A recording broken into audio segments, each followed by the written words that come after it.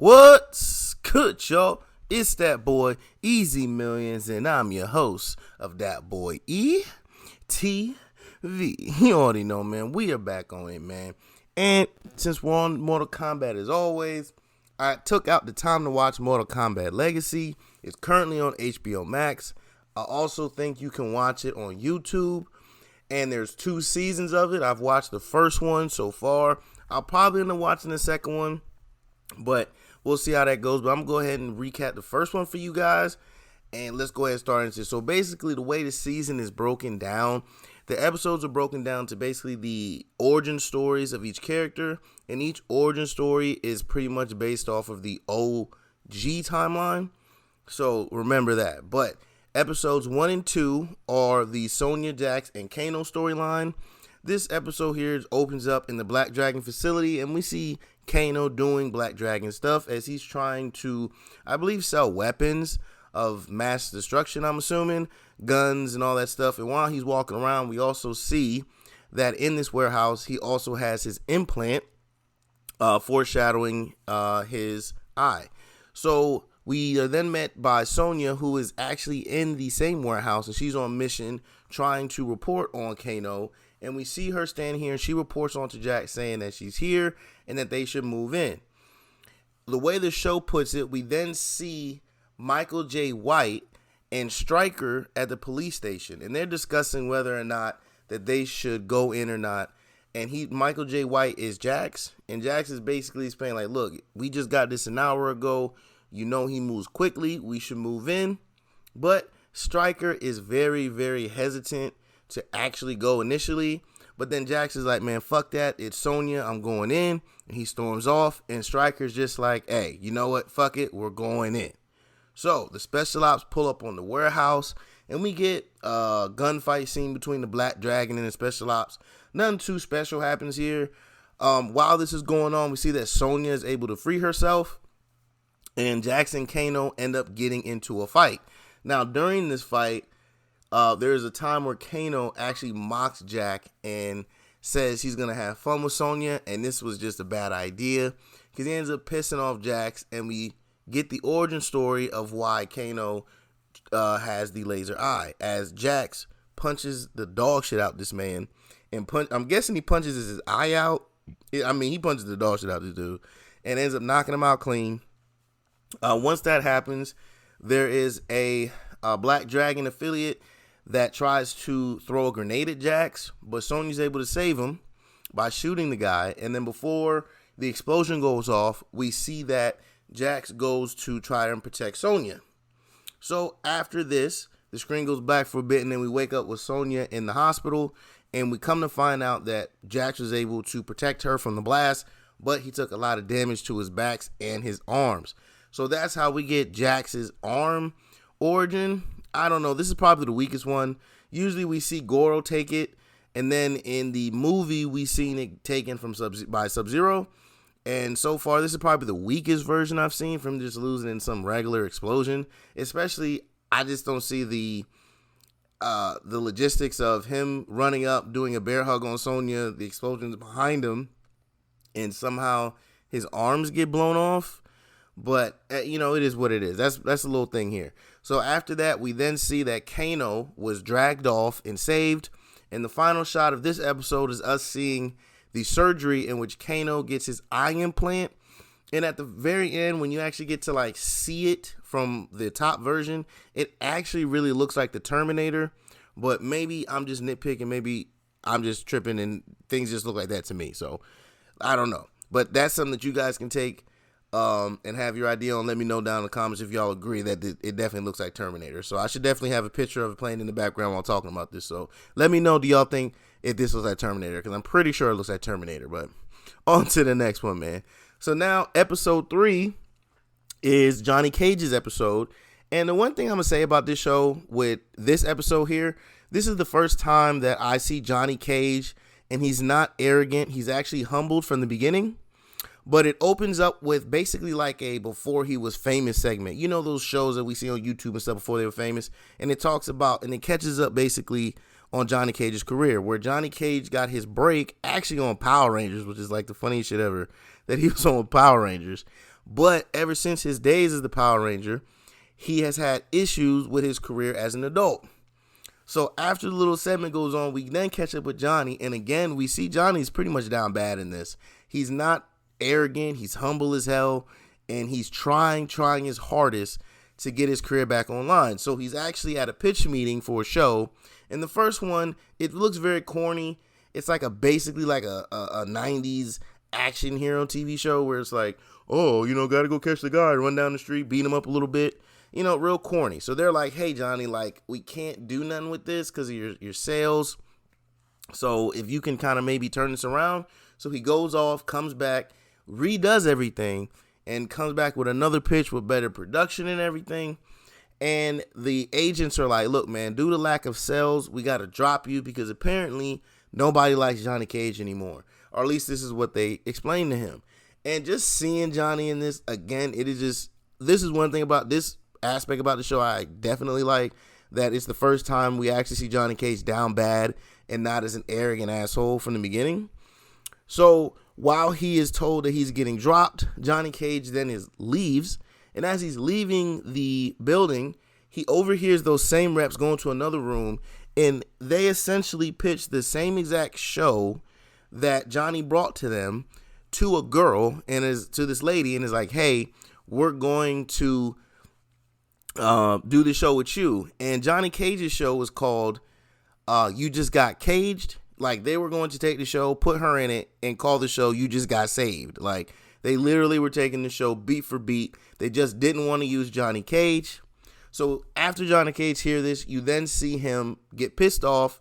He ends up beating up security and the agents. And in the midst of everything, as he's walking away, he sees time freeze, and he is then introduced to a guy. Now, I'm not sure who this guy is yet.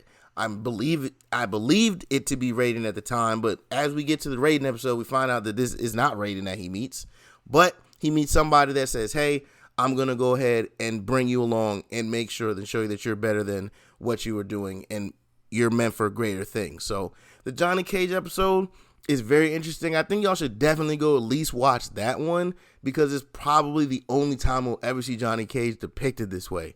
So make sure y'all go check that out. I think that's a cool thing right there. Let's move on. Now we have episode 4 and 5. These two episodes are the episodes for Katana and Melina. And it opens up with a very good little cinematic, basically story informing us about Edenia and how they lost the 10 tournaments to Outworld and how Shao Kahn is invading. So after the little cinematic that we get, we then see as Baraka and Shao Kahn invade Edenia. And I'm not going to lie, the Tarkatans look pretty bad in this one, in my opinion. Baraka especially. But I get it. The budget's not too high on this. And this is probably the first time I have a problem with their special effects. Was in this episode specifically with the Tarkatans. But, hey, I'm going to let that pass. It's a nitpick, really. So we then learn that King Gerard is approached by his, I'm guessing, right-hand man. And is told that, hey, they are being invaded and that he should try to get away before Shao Kahn gets to the castle. Now, Gerard, or King Jared, I'm just going to call him King Jared, is saying that he needs to protect Sindel and Katana, but he is advised to flee without them as he should be able to come back at a different time and help them. So King Jared actually flees the castle and leaves a double behind, which is kind of weird because then the double is the one we see go and try to get Sindel and Katana out the castle. Now, as the double's trying to get him out the castle, get them two out the castle, he is then slain by Baraka. And this is when we learn that he's actually the double. So the show doesn't tell you he's a double until he's killed, but King Gerard actually leaves Sindel and Katana to be taken care of or escorted out the building by the double, which is kind of weird in itself. But anyway, so once they kill him, Shao Kahn notices that this is the double, but he's like, hey, I'm going to go ahead and take Katana and Sindella's wife and daughter and raise them. But Shao Kahn learns that as time goes by, that Sindel only learns to hate him. And since he fears that Katana will grow up to do the same, he then has Katana cloned and mixed up with the Zarkatan DNA, like how it is in the OG timeline. Now, once this happens, Sindel begins to grow weary, thinking that Katana will lose her faith or lose her soul to Shao Kahn. So she ends up logging out of life so that she could merge her soul with Katana's in order to help her. But in the same breath, she ends up leaving Katana to be raised alongside Shao and Mileena. And as they are growing older, she then trains with Mileena as Shao trains them to become assassins and basically his two guards. Right? So then we get a scene of them training between Katana and Mileena, and it's shown that Katana wins this fight.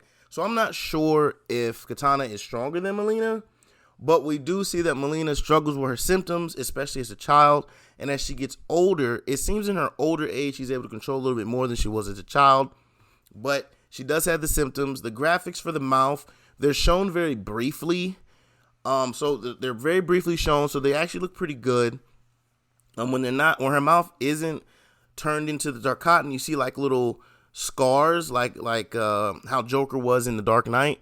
So that's kind of cool. So I think the way they did Mileena was kind of cool, and it's the same actress for both of them, so I like that. So we see now that Katana and Mileena are sent on missions by Shao Kahn. As he hears rumors of King Gerard or wherever he is, he sends them to go hunt him down and kill him. So as this is going on, they finally get sent on one last mission because they finally find the real King Gerard, and we get a quick little scene between Katana and Gerard in which Gerard is trying to explain to Katana the truth.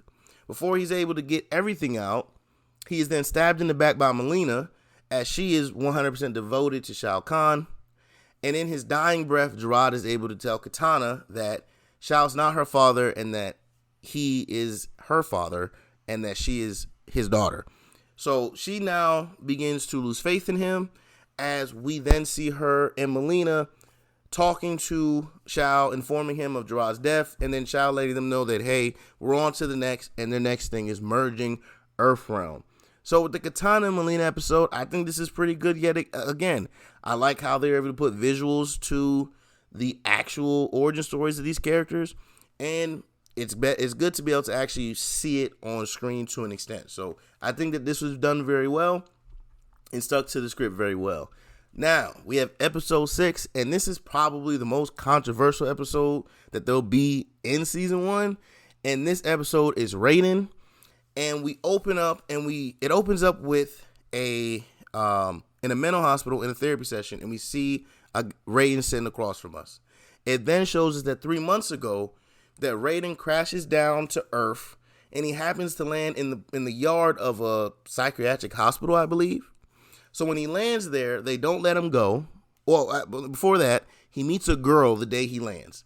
That's important for later on, but we don't really see their relationship drawn out the way you would think it is, but just know that he meets her the day he landed.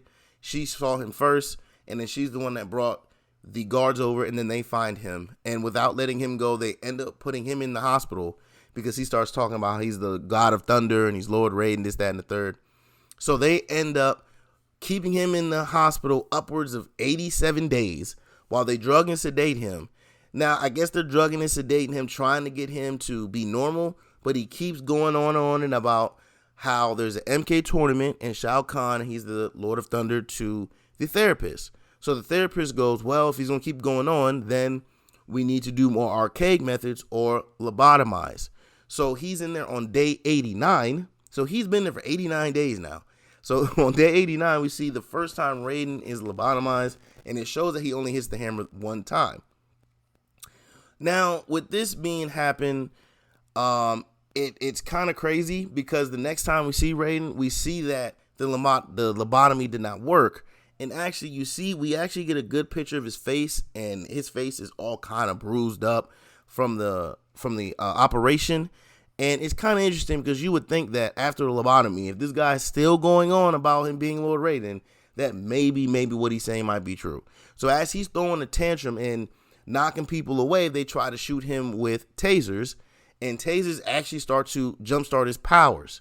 So he's able to power for a little bit, but he is actually shot with a tranquilizer by the head doctor. Once this happens, they then go to perform another lobotomy on him, but this time they show that the hammer gets hit. It's either 2 or 3 times this go around, but this time the next time we see him, we actually see that the girl that he met has snuck into the room in which he's held, and Raiden is just on the table. I'm not sure if he's able to move at this point, but the girl walks up to him, and apparently, and this is what I mean by their relationship isn't fleshed out enough. Somehow she has some type of, I don't know, MacGuffin or something, some type of knife or injector, or maybe it's a taser, maybe. I'm not sure what it is, but she's able to stab Raiden with it, and this is able to jumpstart Raiden's powers, and Raiden is able to teleport away, and when he teleports away, he lands way out in China, and this is where the episode ends with him getting the iconic hat, and he's walking off. Now, this episode here, even in the beginning of it, there's like a title card where it kind of says like, hey, this is like a new take, and we thought that it would combine mysticism with realism, so, take it, and we'd like to see how you thought about it. Me personally, I think it's kind of like a weird kind of take for Raiden, and I feel like you needed to flesh out his relationship with the girl before you kind of use her to get him out, because how did she get that? How did she even know he had powers? How did she know that would happen?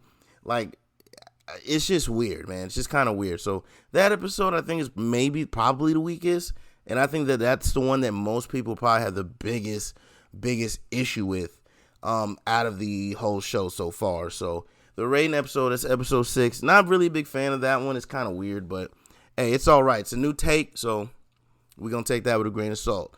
Now we're on to episodes 7 and 8, and these two episodes are the Scorpion and Sub-Zero. So we actually open up with Sub-Zero in the forest with his son, and this kind of gives me really, really Mortal Kombat 2021 vibes in the beginning, the way the scene is set up. So pretty much the same way it's set up in that movie, where he's in the forest with his family. We do see him go back and having dinner with the wife and son.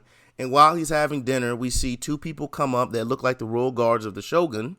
And they tell him, hey, the Shogun has arrived early. He needs you there. So Scorpion's like, cool, I will be there soon. But as Scorpion walks away, we do get to see these guys with the evil eyes. So we do know that there is something else going on. So as Scorpion is on his way to the castle, he then notices and actually runs into the Shogun in the middle of the walkway, and he's actually already frozen to death, killed by what appears to be Sub-Zero. So then Sub-Zero comes out as Scorpion realizes that this is a trap, and him and Sub-Zero begin to fight. Now, real quick, I want to highlight Scorpion's outfit. It's very simple. Like, you could probably go to your neighborhood costume place and get this, but it's very simple, but it's very effective for what we needed. But they do start to fight, and again, I understand the budget isn't very good for this show, but I do feel like the fight scene and the actual special effects that are used for Sub-Zero during the fight are actually very, very good. So the fight scene for this is very decent, and then we see that as Scorpion is able to knock out Sub-Zero, he then realizes that during the fight, Sub-Zero said that his clan was left unattended and that they're weak. So he then runs off back to the village, and we see that his village has just been decimated as bodies are just on the floor. We also see a scene of his frozen wife and son, and I'm going to say this is probably the best depiction of this outside of probably, I think, the Scorpion's Revenge animated movie, which is what I was actually going to do that movie, but they don't have it on HBO Max anymore, so I ended up doing this one. But this scene here looks great. I do like how they were able to depict this. Now, the one thing that was kind of weird is while he's in shock, he allows Sub-Zero to come up and stab him in the back. Now, once he's stabbed in the back and frozen completely, we are then shown that Sub-Zero is actually Quan Chi, and we see that Quan Chi is actually using Sub-Zero to get Hanzo to turn into Scorpion and pledges allegiance to NetherRealm and fight in the tournament, which Hanzo agrees to. So, and becomes Scorpion. So, episode 7 and 8, it is the classic Scorpion Sub-Zero tale. Most people that know the OG storyline, which is probably most of y'all, know this is exactly how it goes. And I believe this is just a good visual depiction of the origin story for Scorpion. I don't think there's anything here that they're lacking. Simple, straight to the point, gets the job done, baby. These two episodes are probably people's most favorite because Scorpion and Sub-Zero are obviously people's most favorite. But we're going to get on to the last episode of the season, which actually turns out to be my favorite episode. And this one is Cyrax and Sector. This episode here, man, is just good. I think that it covers the cyber initiative, and it just does it visually extremely well. But the show opens up with the title cards explaining the Lin Kuei and just basically what the clan is, how they get their members, and how disobedience is not tolerated. So once the title cards go, we then see Human, Sector, and Cyrax as they are heading back to Lin Kuei headquarters, and they have a conversation where Cyrax is not committed fully to being a cyborg. He's saying, this would be the death of the Lin Kuei, while Sector is fully committed and saying this will be the beginning and rebirth of them. So we can see that Cyrax and Sector are both Lin Kuei dedicated, but they are not on the same page as far as how they feel when it comes down to the cyber initiative. So then, once they get to the warehouse, they are then shown to fight against, they want them to show their abilities and fight against these two guys. As they're fighting against these two agents and they defeat these agents, it is shown that the agents are actually cyborgs that have like a visual cloak over them to look like humans, but they wanted to see where Cyrax and Sector's skills were.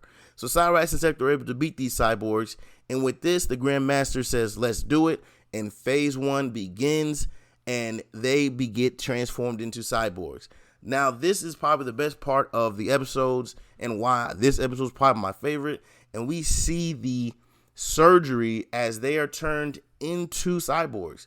Now, during this process, we do get some notes from the doctor, and basically saying that their goal is to mess with these guys' brains enough to leave their memory. So I'm guessing you leave their memory so they have all their skills and everything, but they want to erase all emotions so that these guys are able to follow orders with no problems.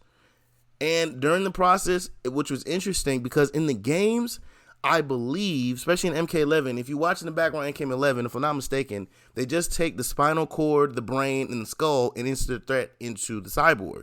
Well, in the show, it's actually interesting because it looks as though they remove completely the lower body, but they do keep the upper body, arms, so the chest, torso, arms, neck, head, they keep all of that, but you are, as they inject wiring through the body so that you can integrate with the suit. So your lower body is fully mechanical, fully cyborg, and then they encase your upper body in the suit in which you're plugged into it, and the plugs are then inserted into the body, as you can see through the surgery scenes in the back here. I'm pretty sure I have that shown for you guys, because these are cool looking scenes, man.